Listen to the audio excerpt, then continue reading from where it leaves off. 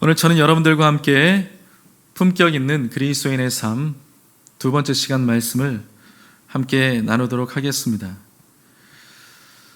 지난주에는 우리가 그리스도인의 삶을 살아갈 때 어떻게 하는 것이 품격 있는 그리스도인의 삶을 우리가 살아가는 것인가에 대한 첫 번째 이야기를 우리가 함께 나누었습니다. 그 첫 번째 시간을 통해서요, 그 당시에 흔히 모든 사람들이 그렇게 알고 있었던 야만인이라고 믿고 말하고 있었던, 그렇지만 사실 이 멜리데의 원주민들은 그렇게 불려지고는 있었지만 실상은 그런 사람들이 아니었죠. 그들은 오히려 야만인이 아니라 정말 친절하고 배려심이 많고, 그리고 이와 같이 큰 곤경에 처한 난파된 사람들에게 필요를 잘 채워주는 문화인들이었다고 우리는 볼 수가 있었습니다. 그래서 그런 그들의 모습을 우리가 함께 살펴보면서 이 시대의 그리스도인들이 과연 어떠해야 할까라고 하는 부분들을 우리가 함께 나누었습니다. 우리의 삶을 통해서, 우리의 말하는 것을 통해서 과연 우리가 그리스도인답게 살아가는 것, 품격 있게 매력 있게 살아가는 그리스도인은 어떻게 말을 하고 어떻게 행동을 해야 될지에 대한 부분들을 우리가 함께 나누었습니다. 이제 오늘은요, 두 번째 시간입니다. 본문을 통해서 우리가 알아야 될 품격 있는 그리스도인의 삶의 모습, 두 번째는 언제나 우리는 복음을 품고 살아야 된다는 것입니다. 진짜 그리스도인, 매력적인 그리스도인, 특별한 그리스도인은요, 바로 내 안에 예수 그리스도를 통해서 전해주신 그 생명의 복음을 품고 살아가는 사람이라는 것입니다. 오늘 본문 6절 말씀 읽었는데요, 한 번 더 읽어보도록 하겠습니다. 그들은 그가 붙든지 혹은 갑자기 쓰러져 죽을 줄로 기다렸다가 오래 기다려도 그에게 아무 이상이 없음을 보고 돌이켜 생각하여 말하되 그를 신이라 하더라. 지금 난파당한 이 사람들을 위해서 원주민들이 배려를 해주었습니다. 그러면서 몸이 너무나 차디차게 얼어붙어 있는 그들을 위해서 그들의 몸을 녹여줄 수 있도록 불을 피워주었던 것이죠. 그런데 이미 사도 바울은 그러한 난파된 현장 가운데 몇 차례 경험을 했던 사람이었습니다. 사도 바울이 그런 고백을 했죠. 몇 차례 난파되었던 그런 경험이 있었다. 그런 경험이 있었기 때문에 사도 바울은 매우 능숙하게요, 그들이 피워준 그 불이 꺼지지 않도록 화력을 계속해서 유지할 수 있도록, 다른 사람들은 다른 거 신경 쓰는지 모르지만 자신은 계속해서 그 안에다가 장작 더미를 계속해서 집어넣고 있었던 것입니다. 그런데 바로 그때, 지금 이 시즌이 겨울철이 도래했다고 말씀을 드렸죠. 바로 그때 겨울잠을 막 자려고 했었던 이 독사 한 마리가 그 장작 더미 안에 숨어 있었는데요, 불 가운데 장작을 막 던지려고 하니까 화력이 세가지고 불이 올라올 것 아닙니까? 불꽃이 올라오니까 뜨거워가지고 깜짝 놀래가지고 겨울잠을 화들짝 깬 겁니다. 그러면서 그 장작더미에서 튀어나와서 사도 바울의 손을 물어버렸습니다. 독사였습니다. 금방 이제 사도 바울이 죽을 수 있는 것이죠. 그 모습을 보면서 옆에 있었던 사람들과 주로 원주민들이 생각하기를, 아, 저 사람은 정말 사형에 해당할 만한 범죄를 지은 사람이다. 그랬기 때문에 폭풍우 속에서는 살아남았는지 모르겠지만 인과응보적으로 저 사람은 죽을 사람이 되었구나 라고 그렇게 생각을 했던 것입니다. 그런데요, 참 희한하게도요, 조금 시간이 지났는데, 계속해서 시간이 지났는데 이 사도 바울은 아무렇지도 않은 겁니다. 그래가지고 급기야는 자기 손에 뱀이 지금 꽉 물었잖아요. 아무렇지도 않게 그 뱀을 그냥 털어버렸습니다. 어디에다가요? 그 불꽃 가운데 털어버렸습니다. 믿는 자에게 이런 표적이 따르는 것이죠. 할렐루야. 그렇다고 해서 오늘 여러분들 시험하면 안 됩니다. 뱀 어딨지? 물어 안 됩니다. 큰일 납니다. 특별한 상황 가운데 이런 기적이 있었던 것이죠. 사도 바울이 뱀을 불꽃 가운데 떨어버렸습니다. 그랬더니 방금 전까지만 해도 저 사람 죄 지어서 저렇게 된 거다 라고 생각을 했던 사람들이 오히려 태도가 180도로 달라져 가지고 이제는 저 사람이 죄인이 아니라 신인가 보다 라고 하면서 사도 바울을 막 숭배하려고 했었다는 것입니다. 여러분, 그렇게 바울은요, 이 사건으로 단숨에 모든 사람 앞에 주목받는 인물이 되었습니다. 그 사건으로 말미암아 모든 사람 앞에, 심지어는 신은 아닌데 신이라고 추앙받을 만큼 그렇게 주목받는 인물이 되었다는 것입니다. 그런데 이와 비슷한 일이 사도행전 14장을 보면 우리 알 수 있습니다. 사도행전 14장에 가게 되면 루스드라 선교를 바울과 바나바가 하게 되는데요. 루스드라에 가가지고 복음의 말씀을 증거하고 있는데 그 모여든 사람들 가운데 날 때부터 걸어본 적이 없었던 한 장애인이 사도 바울이 말씀을 증거하는데 그 말씀을 그 모습을 뚫어지게 쳐다보는 겁니다. 마치 여러분들이 지금 하고 있는 것처럼 그렇게 청종하면서 뚫어지게 사도 바울이 말하는 것을 듣고 그를 쳐다보았습니다. 그러다가 말씀을 듣는데 그 말씀을 계속 들으면서 믿음이 생기기 시작하는 거예요. 여러분들, 그래서요, 우리가 예배 시간에 여러분들 주간에 하나님 말씀 듣기도 하고 또 말씀 보기도 하고 우리 그렇지 않습니까? 그런데 특별히 주일날 와가지고 우리가 예배할 때 하나님의 말씀이 우리에게 들려올 때 그 말씀을 잘 들으십시오. 여러분, 그렇게 될 때 우리에게 믿음이 생기기 시작합니다. 믿음은 어디서 난다 그랬죠? 들음에서 납니다. 그래서 여러분들이 말씀 전하는 사람을 잘 바라보고 무슨 말씀을 하나 잘 청종하잖아요. 그러면 여러분들 안에 믿음이 막 생기기 시작해요. 몽글몽글 올라오기 시작합니다. 그러다가요, 이 믿음이 어디까지 가게 되느냐 하면 내가 지금 가지고 주님 앞에 문제를 가지고 왔는데 그 문제 주님께 맡기면 되겠구나, 하나님이 해결해 주시겠구나 라고 하는 믿음이 나도 모르는 사이에 막 밀물처럼 들어오기 시작합니다. 내가 의지적으로 믿으려고 하는 것도 중요하지만 그저 하나님을 바라보고 말씀을 바라보고 집중하고 잘 청종하니까 그 말씀으로 말미암아 내 안에 믿음이 막 생기기 시작하는 거예요. 바로 루스드라에 있었던, 나면서부터 안진뱅이였던 바로 그 사람이 그와 같이 바울을 바라보면서 믿음이 생기기 시작했다는 거예요.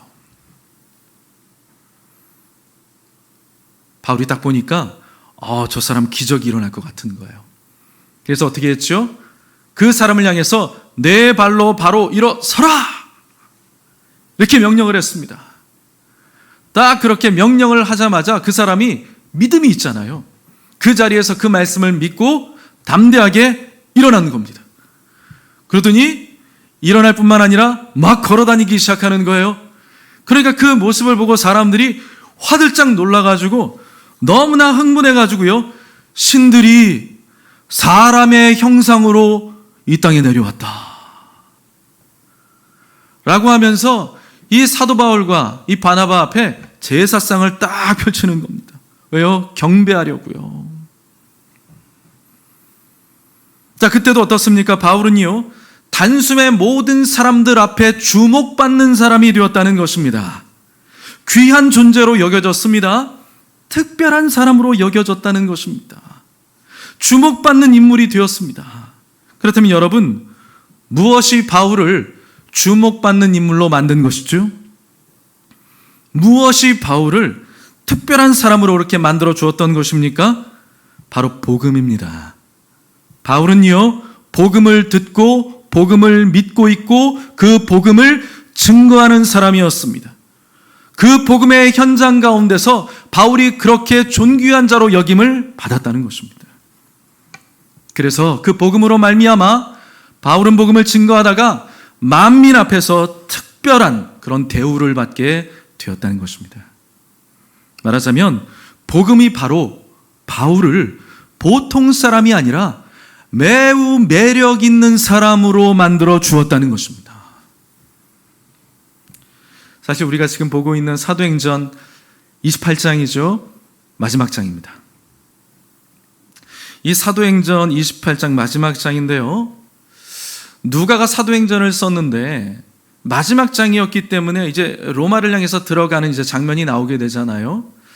그럼 매우 중대하게 가슴 설레이는 장면이 나오는 겁니다. 드디어 로마를 향해서 사도 바울이 가고자 했던 그곳을 향해서 들어가게 되니까. 그러면 여러 가지 다른 이야기들, 중대한 이야기들을 쓸 수 있어요. 그런데 왜 중간에 굳이 멜리데 섬에 갔다가 독사에게 물렸던 이 이야기를 상세하게 기록하고 있는 것일까요? 왜냐하면 거기에는 특별한 의미가 있기 때문인 것입니다. 여러분, 성경을 우리가 자세히 살펴보면 뱀이 나오고 용이 나오고 그런 내용들이 성경에 등장을 합니다. 그런데 성경에 나오는 뱀이나 용, 이런 존재는 단순히 그런 동물만, 그런 짐승만을 의미하는 것이 아닙니다. 성경에서 의미하는 그 뱀, 용이 상징하는 것은요, 바로 사탄, 마귀를 의미하는 것입니다.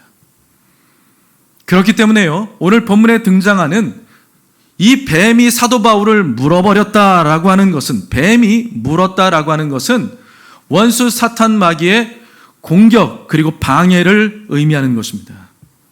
근데 무슨 일이 벌어졌죠? 사도 바울이 그렇게 뱀에게 물렸는데도 불구하고 아무렇지도 않게 그 뱀을 불 속에다가 떨어버렸다 라고 말씀을 하고 있죠. 그런 이것이 무엇을 의미하는 거겠습니까?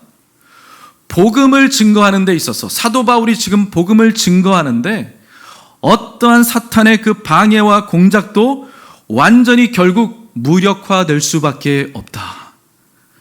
사탄의 모든 공격은, 그리고 사탄은 결국 나중에 그 불구덩이에 처하게 되어진다. 복음은 승리하는 것이고, 복음을 증거하는 교회는 승리하는 것이고, 복음을 전하는 그리스도인들은 승리하는 것이고, 멋진 인생을 사는 것이고, 하나님의 보호가 있고, 원수 사탄 마귀의 방해와 공격을 능히 이기면서 나아갈 수 있다. 할렐루야. 그걸 상징적으로 보여주는 것입니다. 요한계시록 20장 10절 말씀에 보면 마지막 때에 어떠한 일이 일어나는지 이렇게 주님이 말씀을 해주셨죠.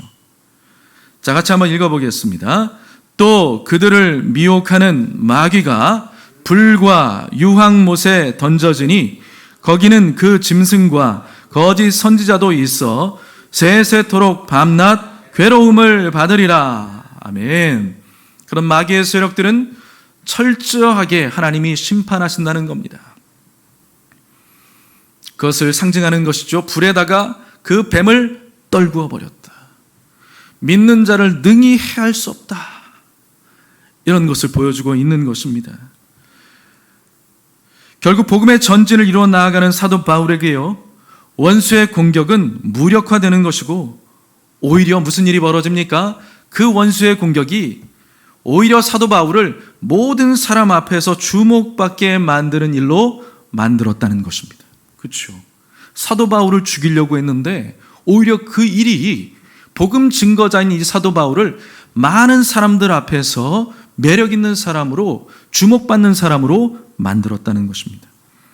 다시 말하자면 복음이 바울을 특별한 사람으로 만들었다는 것이죠.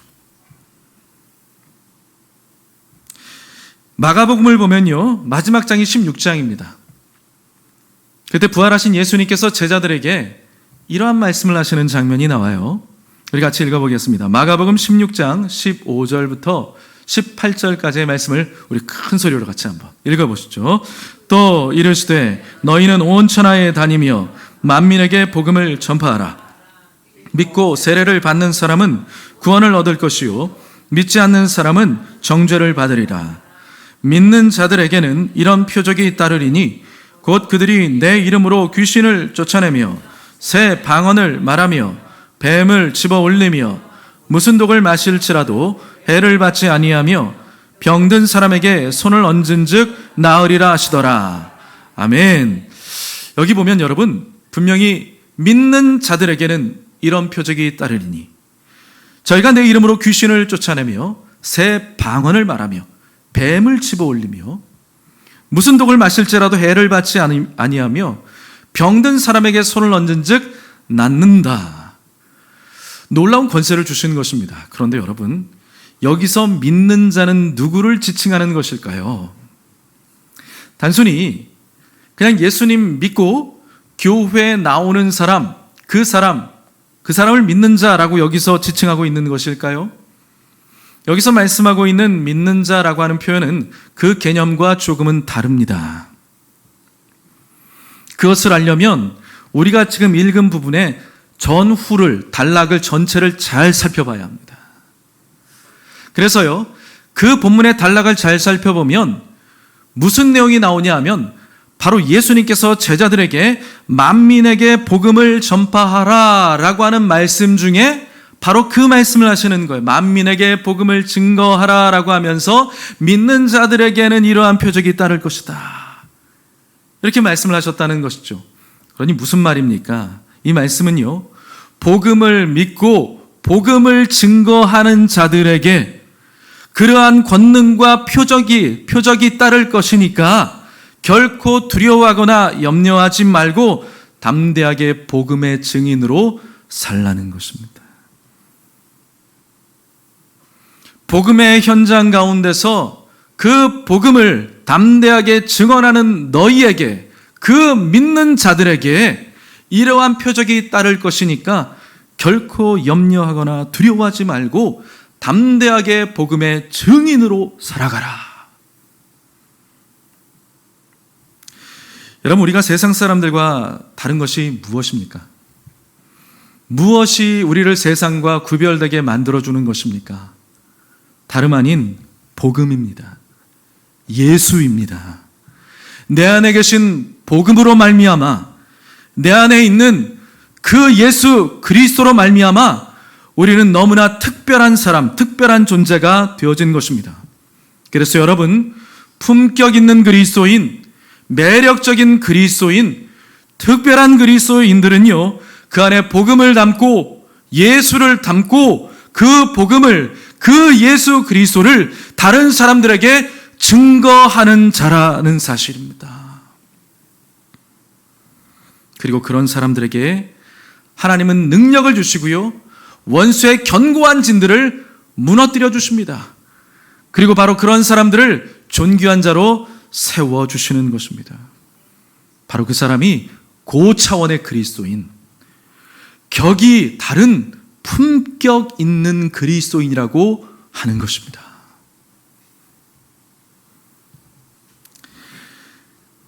방글라데시에서 약 30년 동안 선교 사역을 펼치고 있는 박천록 선교사님이 계십니다. 그분이 쓰신 책이 있는데 사명이라는 책을 제가 읽어봤는데요, 그 책에 보면 이분이 방글라데시에 선교사로 가기 전에 한국에서 몇 년 동안 목회를 하게 되었습니다. 선교 현장 가운데 있으면서 여러 가지 정말 지금도 일어나는 사도행전적인 기적적인 역사들에 대해서 그 책이 기술을 하고 있는데, 그뿐만 아니라 이분이 선교 현장 나가기 전에 한국에서 목회를 하면서 겪었던 정말 기가 막힌 일도 일화로 그 책에 적고 있습니다. 그 내용을 여러분들에게 좀 소개를 해드리고 싶습니다. 이분이 전도사 시절이었습니다. 전도사 때 교회를 개척을 했습니다. 그리고 나서 약 4년 정도가 흘렀는데 교인들이 몇 명 모이지를 않았어요. 그런데 어느 날 그 교회에 출석하시는 한 집사님이 계셨는데, 이 집사님이 어떤 집에 새를 들어 살고 있었습니다. 그런데 그 집에 주인이 계실 거 아니에요. 예수를 안 믿는 주인이었는데 그 주인의 아들이 있었는데 그 아들이 흉악한 귀신에게 사로잡혀 있었습니다. 헛소리를 막 늘어놓았고요. 집에서 하는 일은 그저 먹고 자는 것이 다였습니다. 갑자기 막 그냥 힘을 발해서 막 그냥 난리를 치기도 하고요. 그런 아들이었어요. 그래서 그것을 계속 보다가 너무 애가 타기도 하고 화가 나기도 해가지고 그 귀신 들린 아들의 어머니가 어떻게 했느냐, 집주인 어머니가, 아줌마가 어떻게 했느냐 하면 아주 용한 무당이 있다 그래가지고 그 무당을 불러가지고 집에다가 큰 구판을 벌였습니다. 구판이 막 벌어지고 사람들이 모여가지고 막 구경을 하고 있는데 중간쯤이 되었는데 갑자기 그 아들이 귀신으로 충만해가지고 괴성을 지르는 거예요. 그러더니 구판을 다 뒤엎어버리고요, 난리를 치는 겁니다.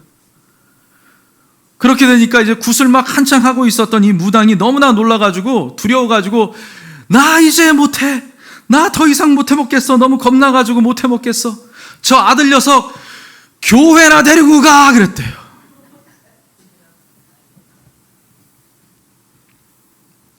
그런데 참 어리석은 그리스도인들이 많이 있어요. 무당도 그런 거 용한 무당이에요. 용한 무당도 그와 같은 사실을 알고 교회 데리고 가 그래야 고침받아. 그렇게 하는데 참 어리석은 그리스도인 어디 갑니까? 점집 갑니다.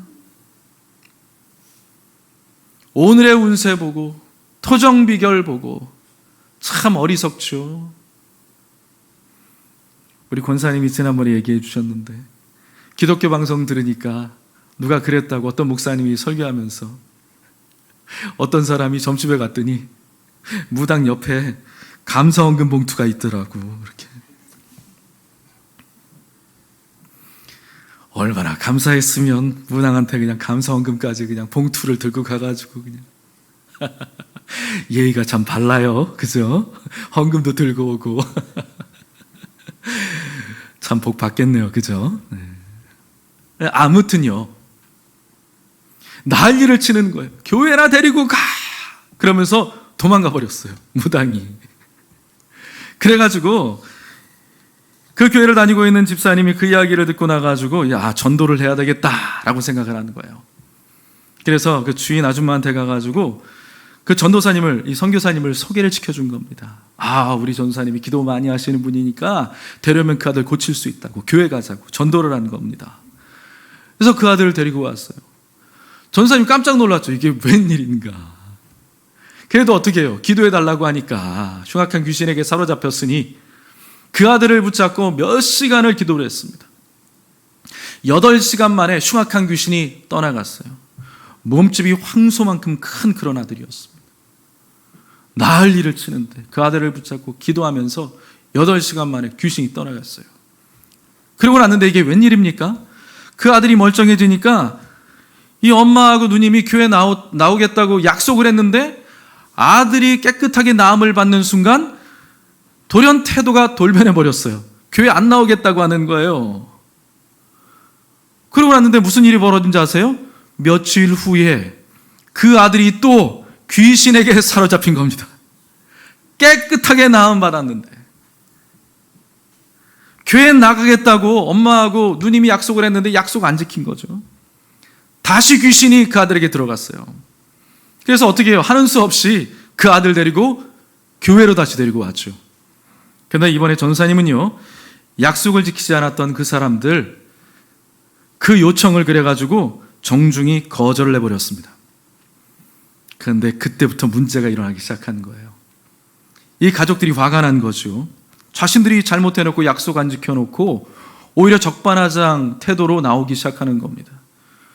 그래서 그 아들이 그렇게 된 것 당신 때문이다, 전도사 때문이다 라고 이렇게 소문을 내면서 누명을 씌워가지고 고소를 합니다. 그러면서 급기야는요, 합의금 3천만 원을 요구했습니다. 웬 날벼락입니까? 근데 전사님이 무슨 3천만 원이 있어요?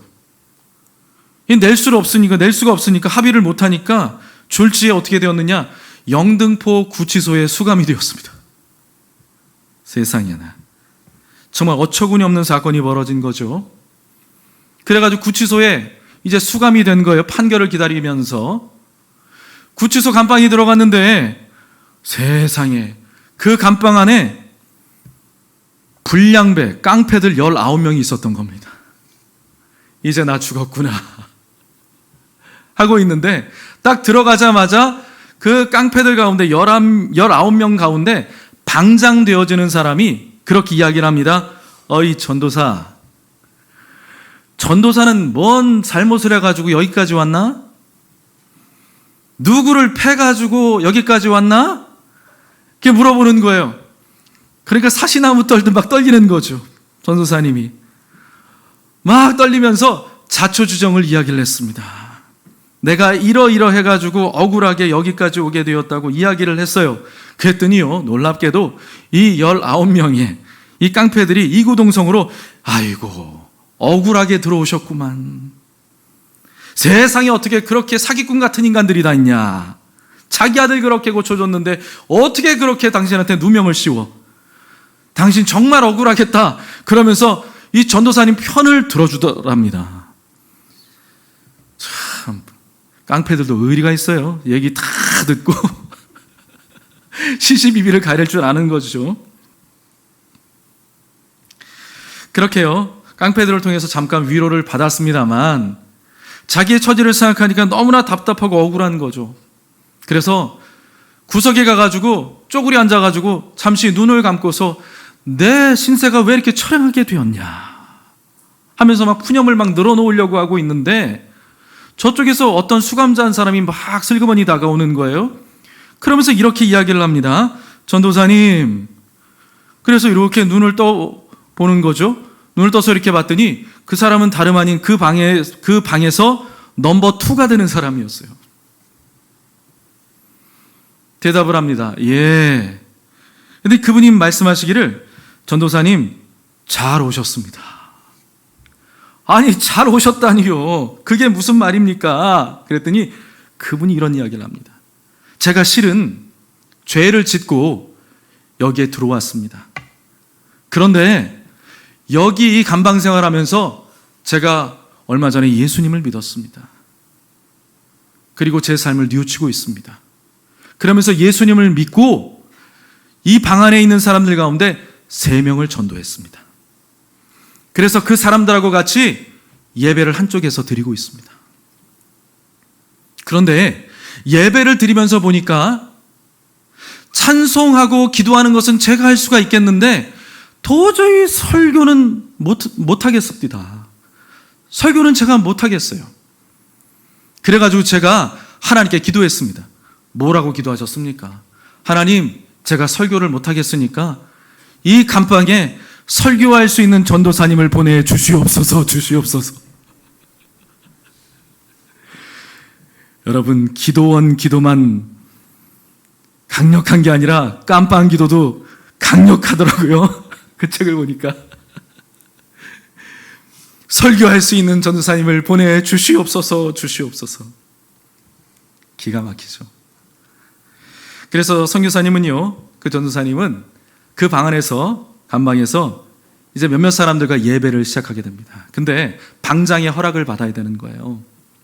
이 방장의 허락을 받으려고 가까이 가서 예배 드려도 되겠습니까? 두렵고 떨리는 마음으로 물어봤더니 그 방장이 같이 예배 드리는 사람은 아니었는데 그렇게 얘기를 하더랍니다. 어이 전도사, 여기서 예배 드리는 것은 내가 허락을 해줄게. 그런데 설교가 시원치 않으면 나한테 죽을 줄 알아. 그러니까 참 목사는, 전도사는 어디 가서 설교는 잘해야 돼. 그래야 살아남을 수가 있어요. 그래서 두렵고 떨리는 마음으로 잔뜩 긴장한 상태로 기도하면서 겨우겨우 말씀을 전했다고 합니다. 그때 전한 말씀이 뭐였냐? 사도행전 16장에 바울과 실라가 빌립보 감옥에 갇혀 있을 때, 그들이 흠씬 맞았잖아요. 감옥에 갇혀 있을 때 그들이 하나님 앞에 푸념 늘어놓지 않고 불평이나 원망하지 않고 하나님 앞에 기도하고 찬송했죠. 그럴 때 옥터가 막 움직이기 시작하고 옥문이 다 열리면서 이 사도 바울이 곳에서 유유히 빠져나올 수가 있었다. 그 내용이 등장을 하잖아요. 그 내용을 설교한 겁니다. 그랬더니 설교가 끝나고 예배가 다 끝났는데 이 방장이 아무 말도 하지 않는 거예요. 다른 사람들도 아무 말도 하지 않는 겁니다. 그리고 나서 저녁을 다 먹고 이제 잠자리에 들 시간이 된 겁니다. 입을 탁 펴고 이제 잠자리에 들 시간이 되었는데, 아까 함께 예배 드렸던 사람들 가운데 한 사람이, 그 수감자 한 사람이 조용히 다가오면서 이렇게 이야기를 하는 겁니다. 전도사님, 자리를 바꾸시죠. 변기통 옆이라서 냄새가 많이 날 텐데 전도사님 어떻게 이런 자리에서 주무실 수 있겠습니까? 저하고 자리를 바꾸시죠. 제가 여기서 자겠습니다. 전도사님이 말했습니다. 아닙니다. 말씀만 해도 감사합니다. 저는 그냥 여기가 편합니다. 여기가 좋습니다. 그러고 있는데 그때 저 끝에 있는 방장이 큰 소리로 말해주는 겁니다. 어이 전도사, 그렇게 하지 그래? 그래가지고 순종하는 마음으로 자리를 바꿔주었죠. 곰곰이 생각해 봤더니 예배 드리고 복음의 말씀을 들으면서 그들의 마음 가운데 감동이 밀려왔던 거예요. 아, 저 사람 전도사라고 하지만 보통 사람 아닌 것 같다. 저 사람이 말하고 있는 복음, 예수, 가벼운 게 아닌 것 같다. 뭔가가 있는 것 같다라는 것을 느낀 거예요. 자리를 바꿔서 누웠습니다. 그랬더니 조금 전에 말을 붙여준, 자리를 바꿔 주겠다고 한 그 수감자가 와가지고 자신이 덮던 그 모포, 담요를 가지고 와서 전도사님께 덮어주었습니다. 자, 그렇게 되어지면서 시작된 예배가 나중에 가서는 6명이 모이기 시작했고, 더 시간이 지나가면서 15명이 되었다고 합니다. 그러면서 놀라운 것은요, 예배를 드리면서 점점 그 방 안의 공기가 달라지는 거예요. 험악한 분위기가 사라지기 시작을 합니다. 그래서 여러분들, 우리가 우리의 가정을 위해서, 우리의 가정 안에서 기도해야 되고, 우리가 항상 끊임없이 하나님 앞에 예배해야 돼요. 그래야 가정의 공기가 달라지고 사업장의 공기가 달라질 수 있는 거 아니겠습니까? 자, 험악한 분위기가 달라지기 시작을 했고요, 음담패설을 막 늘어놓고 있었던 사람들이 그 말이 달라지기 시작을 했습니다. 그리고 욕설도 사라지기 시작을 합니다. 그러면서 2주 정도가 지났는데 그 방 안에 있었던 방장을 빼고 모든 사람들이 함께 예배에 참석하게 됩니다. 결국 전도사님은요, 수감된 지 20일 만에 억울한 누명을 벗고 나올 수가 있게 되었습니다. 그리고 출소를 하고 나서 한 일주일 정도가 지났는데 주일이 된 거예요.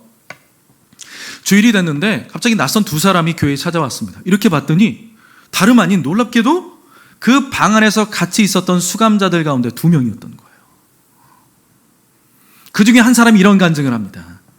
자기가 이제 다음 날 판사 앞에 서가지고 판결을 받아야 되는 입장이었는데 꿈을 꾸었어요.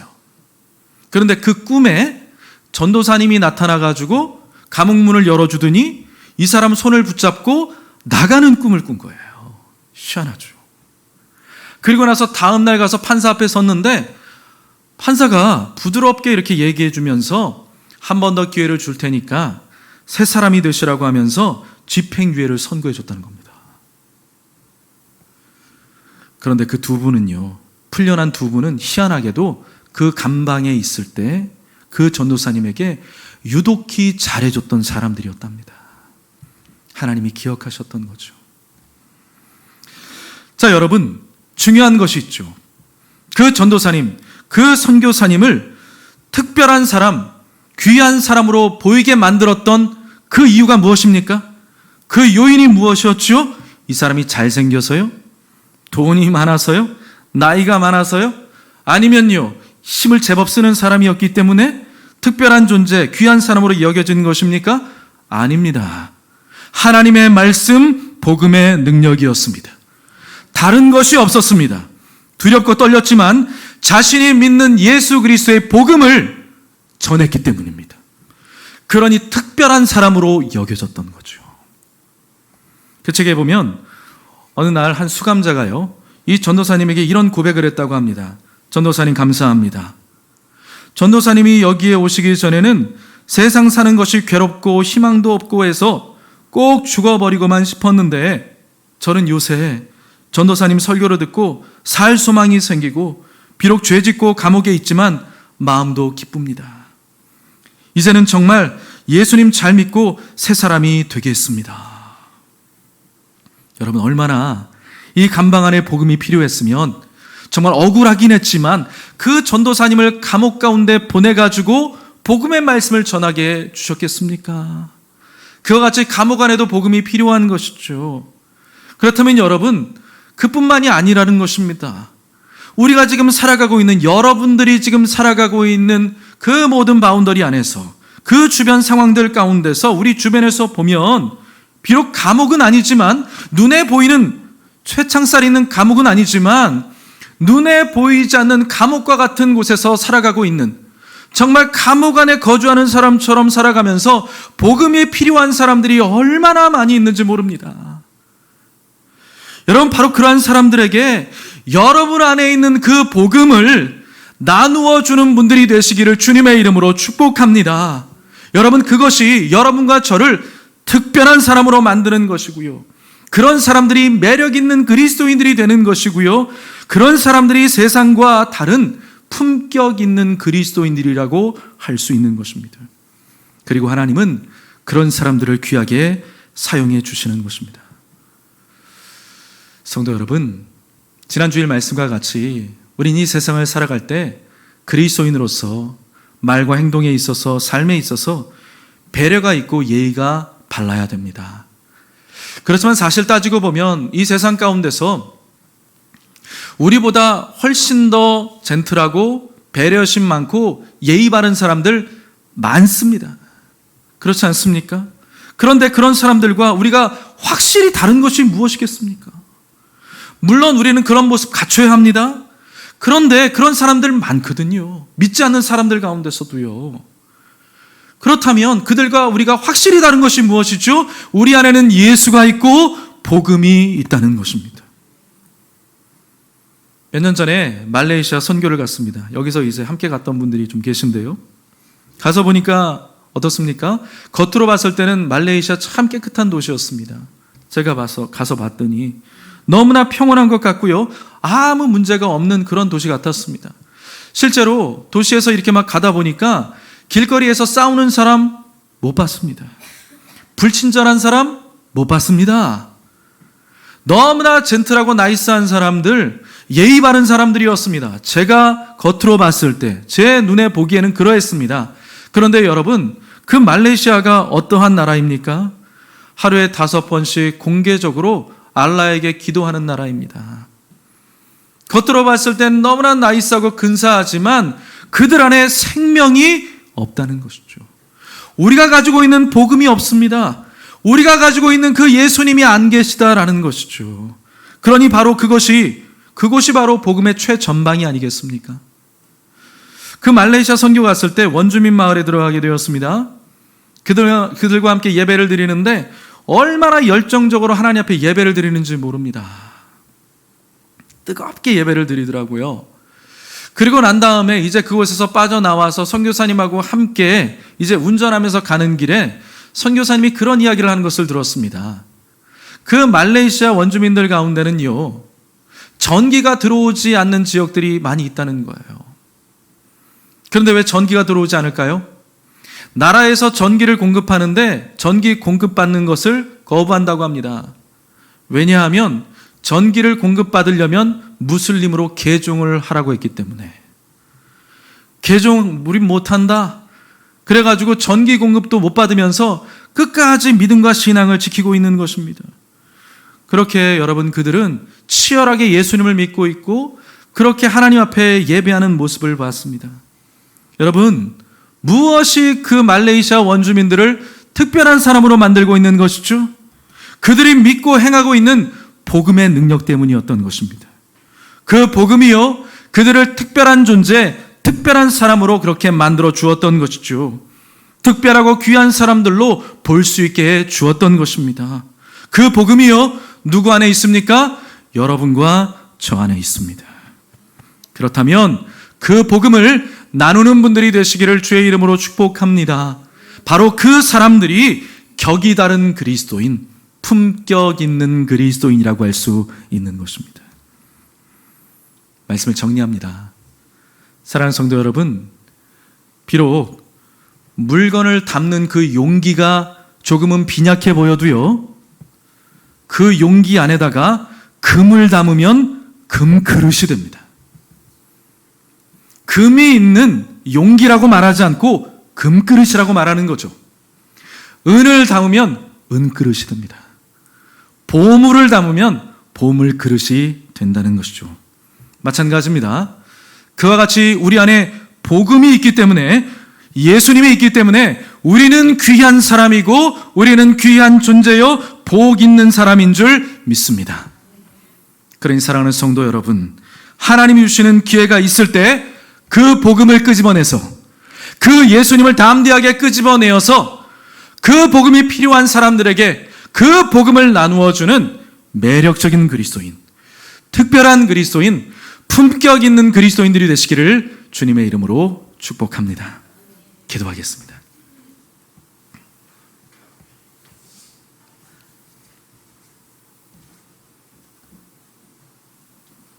살아계신 하나님 아버지, 우리에게 천국의 복음을 전해주신 것을 참으로 감사합니다. 하나님, 내가 받은 복음이 내 안에서만 머물지 않게 해주시옵소서. 나만 누리는 유익이 되지 않게 해주시옵소서. 진정 빛이 나는 사람이 될 수 있도록 도와주시옵소서.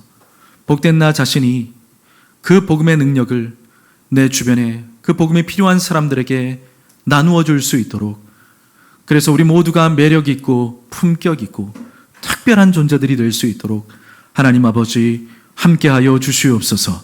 하나님, 오늘부터 우리가 기도하게 해주시옵소서. 내 주변에 복음이 필요한 사람이 누구인지, 이 복음을 전해 주어야 될 사람이 누구인지를 잘 우리가 분별하고 기도하고 준비하여서 아버지 하나님 주시는 그 기회의 때에 담대하게 복음을 끄집어내어 그들에게 증거하며 설명할 수 있도록 은혜를 더하여 주시어서, 비록 연약하지만 작은 나를 통하여서 생명이 증거되어지고 구원 얻는 자들이 일어날 수 있도록 은혜 베풀어 주시옵소서. 그래서 하나님 보시기에 나라고 하는 사람이 너무나 매력있고 근사하고 품격 있는 격이 다른 그리스도인들이 될 수 있도록 하나님 우리를 사용하여 주시옵소서. 예수님의 이름으로 감사하고 축복하고 기도하옵나이다. 아멘. 우리 저와 앞에 계신 분들에게 이렇게 고백해 주십시오. 복음의 통로가 됩시다. 복음의 통로가 되십시다. 그렇게 우리 살았으면 좋겠습니다. 우리 함께 말씀을 생각해 가면서 기도하고요, 우리 교회 위해서 기도해 주시고, 오늘 가지고 있는 기도의 제목들을 위해서 우리 함께 찬양하고 기도하는 시간 갖도록 하겠습니다.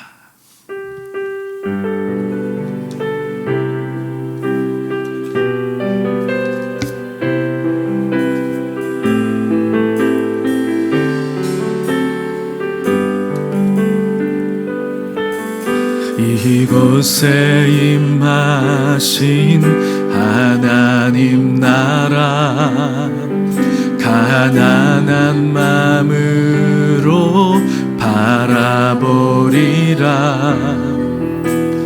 먼저 그 나라 그 뜻 구하며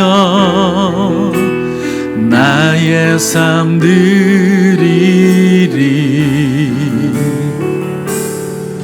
주님이 맡기신 하나님 나라, 믿음의 눈으로 바라보리라. 하늘의 뜻이 이 땅 가운데 완성될 그날까지 믿음 다하여 그 위에 서리라. 하나님의 나라는 무너지지 않으리. 믿음 다하여 그 나라 세워가리라. 주님 곧 오실 때까지.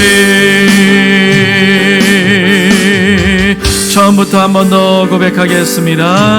이곳에 임하신 하나님 나라, 가난한 마음으로 바라보리라. 먼저 그 나라 그 뜻 구하며 나의 삶 드리리.